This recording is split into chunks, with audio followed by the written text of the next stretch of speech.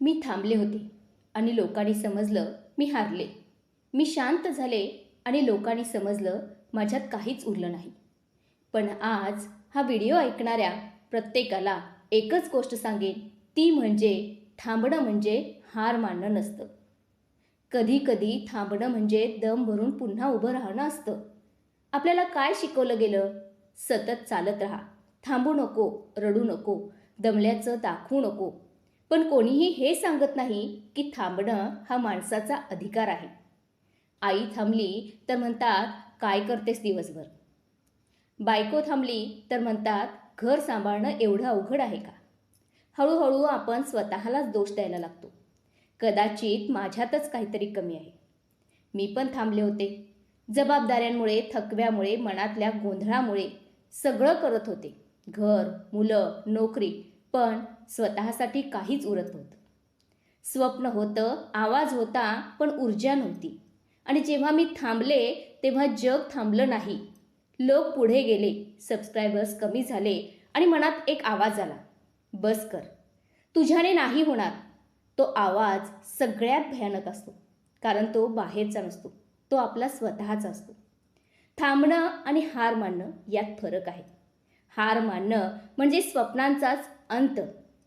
थांबणं म्हणजे स्वतःला श्वास घेण्यासाठी वेळ देणं. झाडाला सुद्धा फळ येण्यासाठी तो ऋतू यावा लागतो. स्वतःकडून अपेक्षा ठेवताना म्हणतो आज पेरणी, उद्या फळ, आणि जेव्हा तसं होत नाही तेव्हा स्वतःलाच दोष देत बसतो. लोकांना काय दिसतं? Silence, pause, low energy. पण सत्य काय आहे माहीत आहे? आतून चाललेली लढाई, स्वतःला सावरण्याचा प्रयत्न, पुन्हा उभं राहण्याची तयारी. स्ट्रॉंग लेडीचा आवाज नेहमी मोठा असतो. तो कधी कधी खूप शांत असतो. लक्षात ठेवा, शांत समुद्रातच मोठी वादळ तयार होतात.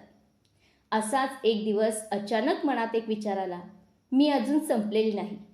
तो दिवस स्पेशल नव्हता.